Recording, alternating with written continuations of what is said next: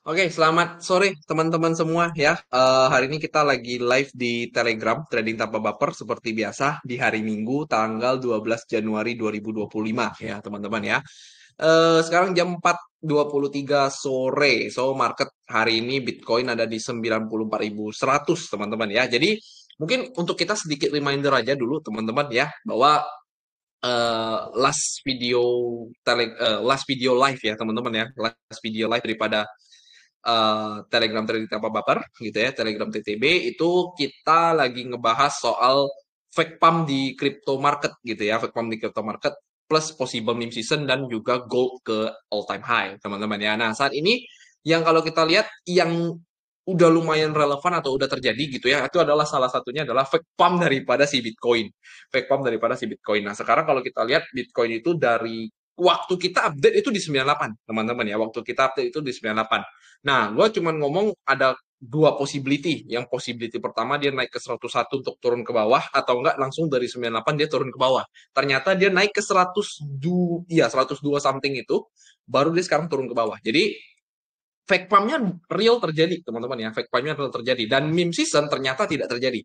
Meme season tidak terjadi. Nah, Doge yang kemarinnya gue sempat lihat agak kuat gitu ya. Ternyata dia balik lagi ke arah bawah nih. Balik lagi ke arah bawah. Nah, cuma apakah sudah tidak relevan?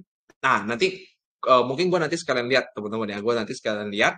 Dan juga untuk si gold, kalau kita perhatikan saat ini itu memang bergerak bullish teman-teman ya. Jadi selama full satu minggu kecuali di hari Senin itu goldnya turun sempat ke sekitaran 2616 ya, 2616 sekitar 0,9% dan kenaikannya dibalas ke naik 2% sampai ke 2696. Nah, ini tuh ada something yang kita bisa jadikan concern ya, teman-teman. Jadi hari ini kita langsung update, teman-teman. Kita jadikan concern di mana gold naik dan diiringi dengan US oil yang juga naik. Plus DXY juga naik.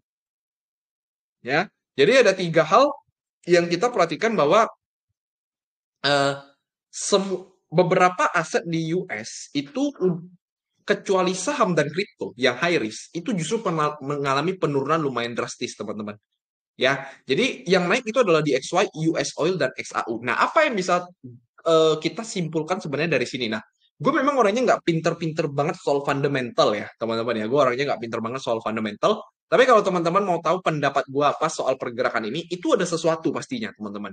Ya, pastinya ada sesuatu. Terutama dari US Oil sendiri. Karena US Oil itu udah sideways cukup lama, teman-teman.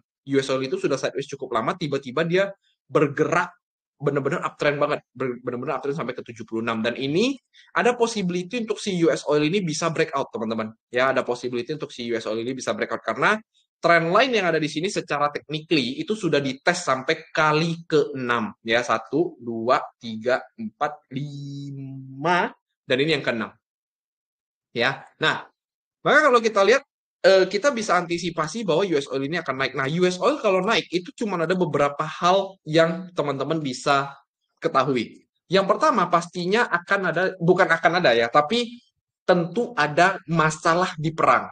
Nah, ketika perang itu datang, maka akan terjadi yang namanya antara dua, teman-teman. Demand, sorry, supply berkurang. Jadi supply-nya tuh berkurang. Jadi bukan bukan oversupply tapi undersupply ya, undersupply apa ya bahasanya ya? Undersupply, kurang supply lah, supply-nya berkurang, teman-teman.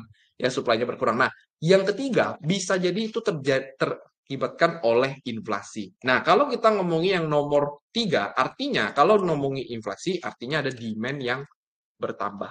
Ya, demand yang bertambah. Oke, kalau kita ngomongin inflasi. Kalau kita ngomongin inflasi. Tapi di kondisi ini, gue tidak melihat ada demand yang bertambah, teman-teman. Di kondisi ini.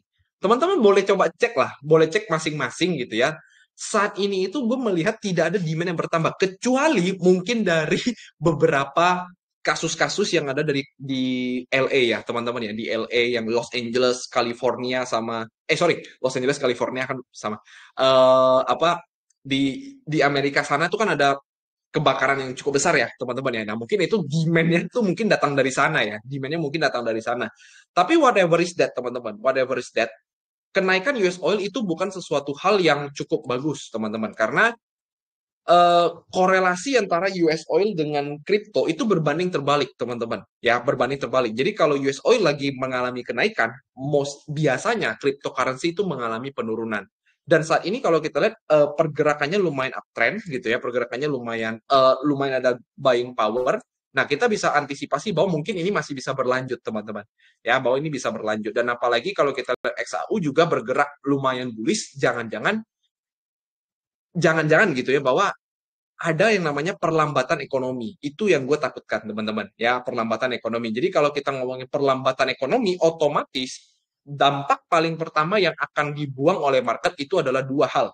Saham, ya, makanya kalau kita lihat Dow Jones itu terus mengalami penurunan, dan juga si kripto. Karena mereka adalah aset-aset yang sifatnya adalah si high risk. Ya, that's why sekarang kalau kita lihat BTC ada di 94.000. Oke? Itu yang pertama yang teman-teman harus ketahui terlebih dahulu. Ya, at least bukan teman-teman harus ketahui. Itu yang gue mau share ke teman-teman untuk saat ini. Ya, nah sekarang progres pergerakannya seperti apa? Nah, kalau kita coba lihat sama-sama ya, teman-teman ya. Kita coba lihat sama-sama pergerakan progres daripada Bitcoin. Jadi kalau kita lihat teman-teman ya, Bitcoin itu sebenarnya teman-teman ya, totally ini masih dalam fase sideways. Masih dalam fase sideways. Nah, sempat kemarin itu waktu di hari Senin itu sempat terjadi breakout, tapi ternyata langsung dibalas dengan bearish engulfing. Artinya di situ akan terjadi yang namanya false breakout. Ya. Nah, kalau dia melakukan false breakout seperti ini, teman-teman, nah artinya memang kenaikan ini menjadi tidak valid lagi gitu loh. Kenaikan ini menjadi tidak valid atau ini menjadi yang namanya top market. Karena biasanya, teman-teman, biasanya nanti kita otomatis akan menggambarkan gitu ya, beberapa perspektif orang-orang di teknikal itu akan menggambarkan sesuatu hal yang sama, yaitu adalah kenaikan untuk melanjutkan penurunan. Kenapa? Karena di bawah sini itu pasti terjadi yang namanya entah itu change of character, entah itu break of structure daripada bearish movement. Ya, daripada bearish movement. Nah, maka kalau perspektif semua orang itu adalah fear gitu ya, semua orang adalah fear, biasanya market akan mengalami penurunan ya atau kepanikan untuk dia turun. Nah, tapi kalau yang kita bisa banggakan gitu ya bahwa kemarin di hari Jumat walaupun hasil data NFP itu menunjukkan bahwa DXY itu mengalami kenaikan yang lumayan gitu ya, artinya USD itu menguat, tapi ternyata BTC ini tidak lemah-lemah banget teman-teman. BTC ini ternyata mengalami bounce lagi daripada area support yang ada di sini. Ya, area support daripada sideways-nya.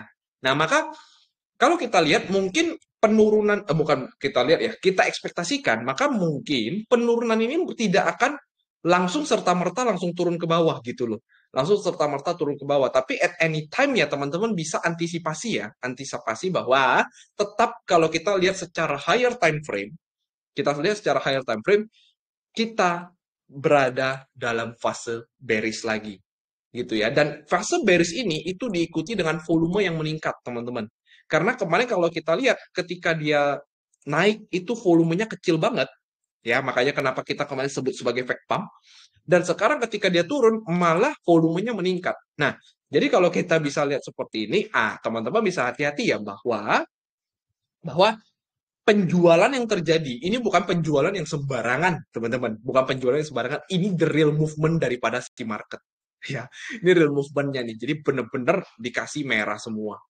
Ya, nah, untuk saat ini kalau gue lihat apa yang gue perhatikan di minggu lalu, bahkan di beberapa minggu lalu, area again ya, 90.000 ke bawah sampai ke area 85.000 itu adalah area yang kemungkinan akan menjadi bottom sebelum the next bull cycle selanjutnya.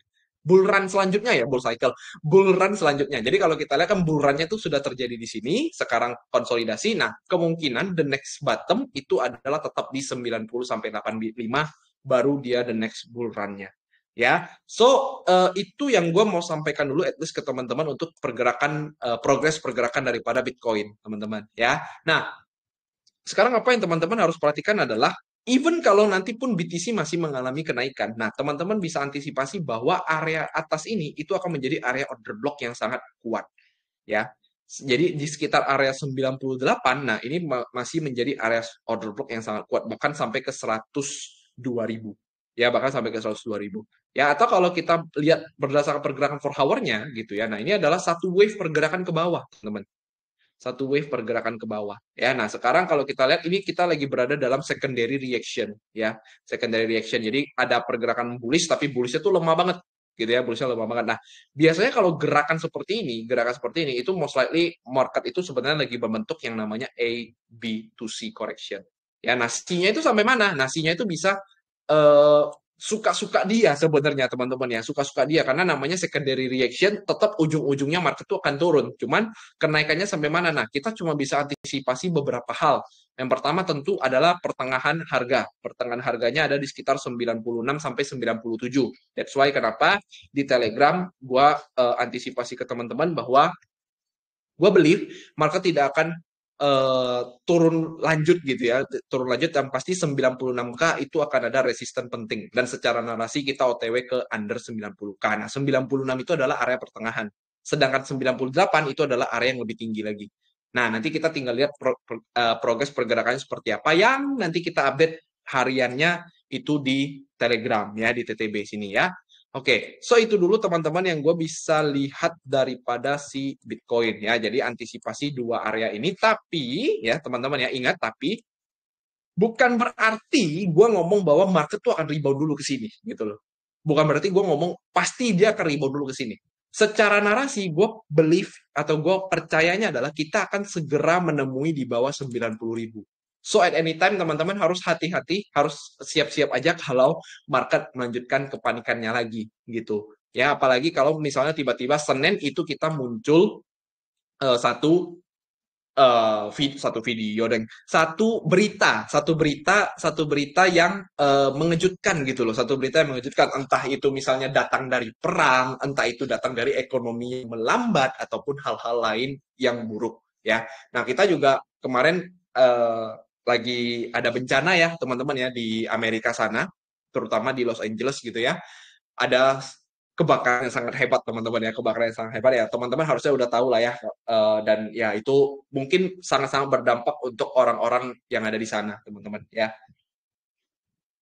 Oke, nah sekarang itu untuk si Bitcoin teman-teman ya. So in my point of view masih akan ada sekitar penurunan ke 6% ya teman-teman ya, sekitar possible penurunan sampai ke 6%. Oke.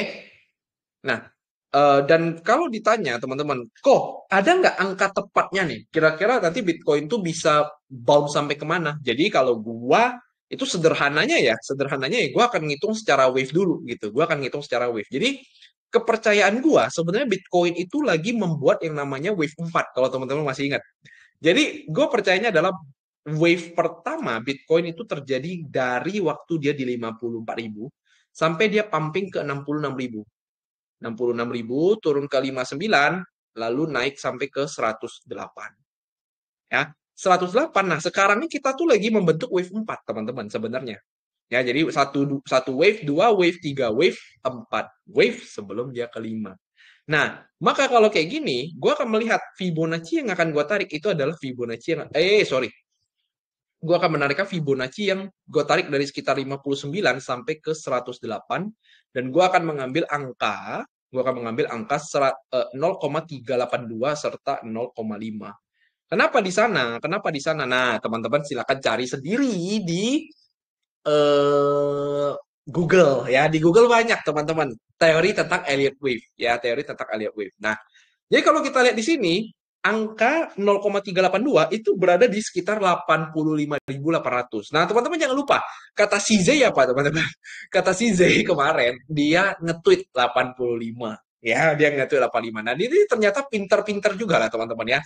Dia ini bisa technical juga sebenarnya, teman-teman. Cuman dia nggak pernah share aja mungkin gambar-gambar yang dia sudah bikin gitu ya, atau analisis-analisis yang dia sudah bikin, teman-teman ya. Kalau kita kan ngegambar-gambar terus gitu kan. Nah, dan pergerakan ini teman-teman ke sekitar 85.000 itu lumayan inline dengan pergerakan possibility yang kalau kata wave analysis biasanya selalu Elliott wave itu paling minimal dia akan koreksi bentuknya adalah A, B, dan juga C. Nah, gimana cara ngukurnya? Ngukurnya adalah pakai trend based pip extension yang ambil dari top turun ke 91 tarik ke atas sini. Nah, sekitar 87 sampai 85. Nah, ini jadi udah menipis teman-teman ya. Ini Fibo 1, yang Fibo 1 teman-teman ya, fokus ke Fibo 1-nya. Kalau trend base untuk ABC itu fokus ke Fibo 1. Nah, di 87 sampai 86. Nah, itu mungkin area yang teman-teman nanti bisa perhatikan dengan sangat seksama. Oke? So, itu aja dulu teman-teman yang gue bisa sampaikan untuk si Bitcoin. Nah, sekarang kita bahas progres pergerakan ETH dan ternyata, teman-teman, dan ternyata kali ini gue cukup percaya ETH bisa turun lumayan drastis sampai ke 2.800-an. Yang di sana itu ada satu inverse fair value gap yang gue antisipasi dari kemarin-kemarin sebenarnya. Karena ternyata ETH ini ketika dia naik, walaupun dia lebih kenceng, ternyata turunnya pun lebih kenceng lagi daripada si Bitcoin. Begitu dia turun, dia bahkan di hari Jumat itu tidak sanggup membuat yang namanya membuat yang namanya bullish engulfing. Jadi kalau kita lihat ya, teman-teman ingat ya, Bitcoin nih. Ini kalau kita lihat Bitcoin, nah dia breakout sampai ke previous day high-nya. Jadi dia breakout sampai ke 95.300 di sini. Ya. Nah, ketika kita lihat Ethereum tidak, teman-teman. Ketika di bawah sini, Ethereum itu tidak naik, teman-teman. Dia tidak naik. Nah, artinya nih pelemahan di Ethereum itu jauh lebih signifikan daripada pelemahan di Bitcoin. Nah, maka kalau gue lihat dengan pergerakan yang sama atau possibility pergerakan yang sama, Ethereum itu ada kemungkinan untuk masuk lagi kembali ke key level yang ada di sini. Jadi di sekitar di bawah 2.900, di bawah 3.000, teman-teman. Ya. Nah, progres pergerakan daily sama aja, teman-teman. Kurang lebih ABC juga. Gitu. Kurang lebih ABC, ya. Dengan wave yang sama juga. Wave yang sama. 1, 2, 3, 4 possible untuk kelima. Ya, dan 5-nya pun gue malah agak jadi nggak yakin dia bisa all time high. Karena kalau kita lihat, ya bisa jadi memang ini adalah the top nih. Jangan-jangan ya. Jangan-jangan ini bisa jadi topnya banget untuk si Ethereum. But ya, well, let's see teman-teman ya. Well, let's see gimana powerfulnya nanti ketika bull cycle-nya datang kembali. Bull cycle lagi.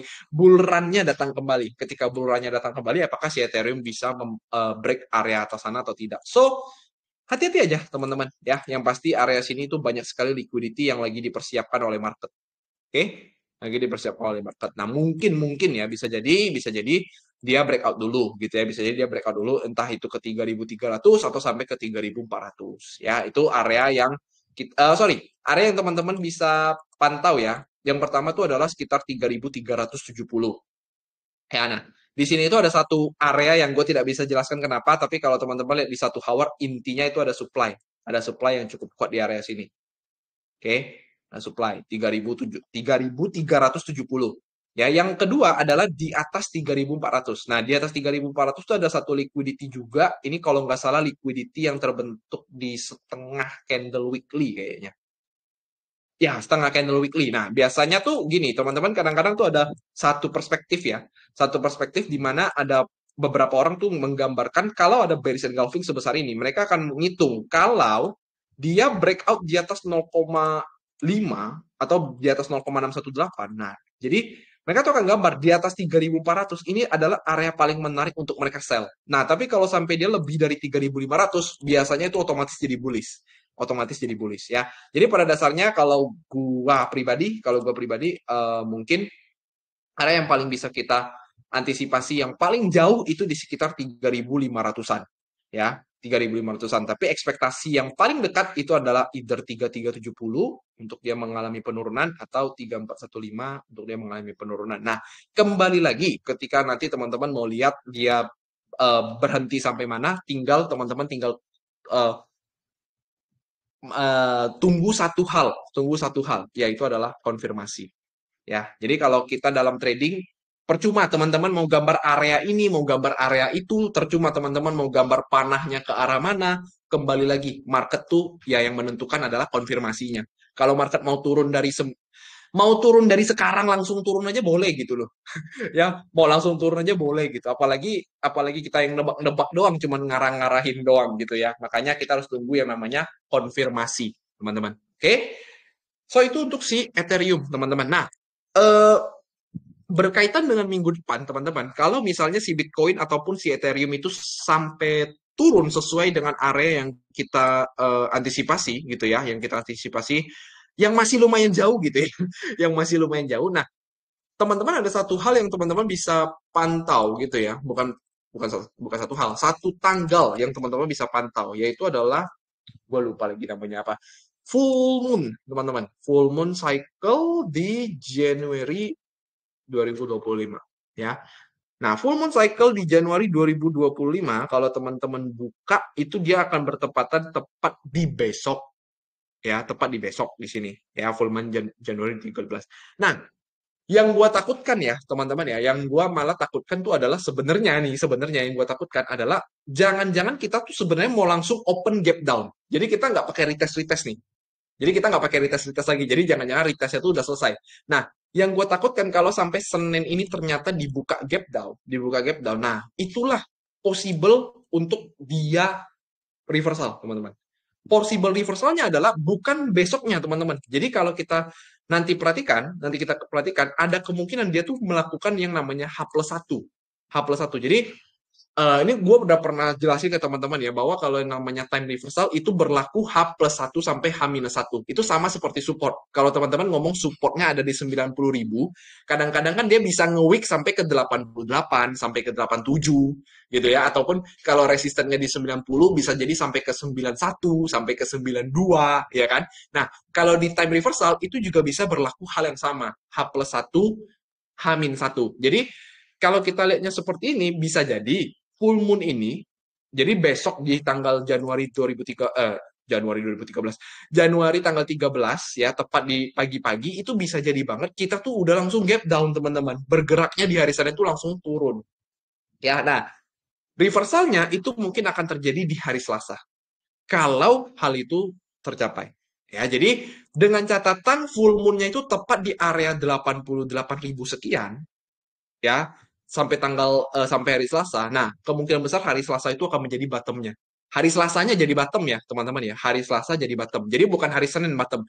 Hari Seninnya masih turun, hari Selasanya yang dia bottoming. Baru hari Rabu, hari Kamis, dan hari Jumat, nah mungkin dia akan rebound. Yang mana hari Rabu, hari Kamis, hari Jumat dia rebound, itu kemungkinan teman-teman, hal yang menyebabkan rebound daripada si Bitcoin itu adalah itu adalah si CPI ya. Nah, jadi ini bertepatan teman-teman. Jadi PPI-nya tuh di sekitar hari Selasa. Nah, ini mungkin akan ada reversal kecil. Nah, begitu masuk ke CPI, baru dia kenceng lagi naik ke atas. Nah, itulah nanti teman-teman akan terkejut. Waduh, ngapa kok bisa kayak gitu ya? Dari bearish yang segede jaban kok bisa jadi bullish segede jaban. Nah, itu mungkin teman-teman yang bisa kita antisipasi dulu gitu ya. Antisipasi bahwa full moon ada di tanggal 13, nanti ketemu tanggal 14 dan tanggal 15 ada CPI plus PPI. Jadi ini tiga hari pertama di weekdays besok itu akan sangat menarik, teman-teman. Akan sangat menarik ya. So, kalau ditanya short term banget kok untuk besok sampai 3 hari ke depan, maka kok bayangannya seperti apa? Bayangan gue adalah mulai dari malam ini sampai ke hari Senin itu short terus, teman-teman. Dari hari malam ini sampai ke hari Senin. Menjelang masuk ke Selasa malam masuk ke PPI, ya Selasa sore, Selasa malam, siap-siap ngelong. Siap-siap ngelong. Di hari Rabu, full long. Kayak gitu. Ya, jadi itu yang mungkin gua bisa saat ini ekspektasikan. Nah, kembali lagi nanti kita lihat konfirmasinya lewat price action. Ya, nah teman-teman nanti kalau mau update, nah ini kalau teman-teman yang lagi nontonnya via YouTube ya, yang belum join Telegram Trading Tanpa Baper, nah nanti mau dapat update, nah teman-teman boleh join TTB Crypto ya, ini channel yang free teman-teman ya, Crypto t.me/crypto TTB teman-teman ya, TTB-nya gede, oke? So, itu dulu teman-teman untuk yang gue bisa sampaikan daripada market update. Dan oh iya, gue lupa ya, ada beberapa koin yang bisa teman-teman watch gitu ya, bisa teman-teman watch, dia akan mengalami penurunan sampai berapa gitu ya. Nah, sorry, bukan mengalami penurunan lagi. Bukan mengalami penurunan. Ada satu koin yang teman-teman bisa watch untuk kalau sampai marketnya nyampe ke bawah sana gitu ya. Marketnya nyampe ternyata sampai benar-benar lagi koreksi dan teman-teman lagi mikir nih, aduh, gue pengen beli apa ya gitu ya, gue pengen beli apa gitu ya. Nah, gue mau share ke satu watchlist ke teman-teman yang namanya ETH Fi, ya ETH Fi. Nah, kenapa ETH Fi? Nah, teman-teman gue jelaskan dulu berdasarkan teknikal, baru nanti kita bahas ke fundamental. Oke. Nah, ETH Fi ini adalah koin yang lumayan baru di tahun 2024 dia listing. Ya, nah masuk ke 2024 dia mengalami penurunan dan saat ini dia masih belum balik ke harga all time high-nya. Oke. Nah, kalau kita lihat di sini teman-teman itu sempat ada konsolidasi yang lumayan panjang, teman-teman, ya, konsolidasi lumayan panjang, dia breakout naik ke atas, ketika dia breakout dia berhasil close di atas ini. Ya, dia berhasil close di atas ini dan dia menyebabkan yang namanya change of character. Ya, ETH-Fi. Nah, sekarang dia lagi balik lagi nih, teman-teman. Dia balik lagi ke area akumulasinya. Area sideways-nya. Nah, maka kalau teman-teman nanti lihat gitu ya, ada satu demand yang teman-teman bisa pantau gitu ya. Satu demand, ini demand-nya udah lama banget ditinggalkan, yaitu di sekitar 1,7 sampai 1,45. Ya, ini memang agak lebar teman-teman ya, memang agak lebar, tapi juga targetnya ini juga tidak tidak pendek, teman-teman. Targetnya tidak pendek. Kenapa? Karena kalau gue lihat ini tuh malah merupakan satu pattern yang kita sebut sebagai head and shoulder. Dan ini head and shoulder yang sangat besar. Nah, head and shoulder-nya ini bukan cuma sekedar gambar, teman-teman. Nah, ini yang gue mau jelaskan, teman-teman. Jadi ini bukan cuma sekedar gambar. Ini bukan cuma sekedar gambar. Jadi kalau ini sampai terjadi gitu ya. Nah, katakan ya resistannya di area 2,5, maka ya kita bisa melihat nanti ETH-Fi itu bisa rebound sampai ke area sini. Oke, rebound sampai ke area 5, which is area ini teman-teman, artinya sampai ke sana itu ada upside sekitar 200%. Ya, nah itu pertama teman-teman daripada si possibility daripada teknikalnya daripada si ETH-Fi. Jadi ingat ya, area yang teman-teman bisa pantau itu di bawah 1,7 sampai ke 1,45. Nah, hal kedua yang gue bisa bahas teman-teman, itu adalah datang dari DeFi pergerakan TVL daripada ETH-Fi. Jadi, ETH-Fi EtherFi ya namanya ya. EtherFi. Oke? Iya, ini dia EtherFi. Simple teman-teman. Ini selalu menjadi metode ataupun cara yang gue selalu bagikan ke teman-teman secara simple menemukan possible the next pump gitu loh. Ya, EtherFi teman-teman. Kalau kita lihat sejak dia listing waktu di Maret 2024 sampai sekarang TVL-nya itu tidak ada exit, bahkan sekarang TVL-nya berada di titik tertingginya 8,2 billion TVL ya. TVL daripada si EtherFi. Nah, artinya apa? Artinya di sini tuh bener-bener ada orang yang taruh duit kalau mereka percaya Ethereum, mereka taruh duitnya tuh di EtherFi. Teman-teman bisa cek ya, semua restaking yang semacam EtherFi itu semua lagi mengalami penurunan. Semua lagi mengalami penurunan, kecuali si EtherFi. Ya. Nah, market cap saat ini di 408, tapi kalau kita lihat fully diluted-nya tuh di 1,8. Ya. Nah, total value lock di 8,2.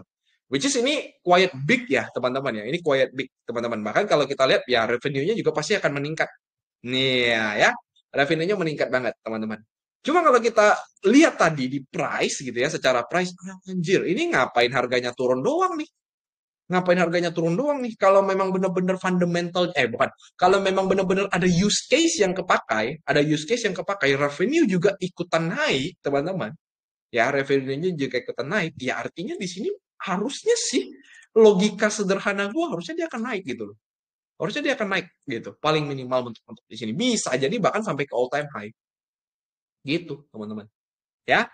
Jadi ini walaupun market lagi di kala-kala penurunan, revenue TVL-nya si EtherFi ya stay steady, teman-teman. Stay steady. Apa? Teman-teman mau ngecek Renzo, dia turun, teman-teman. Kalau Renzo, ini kan salah satu similar project Renzo.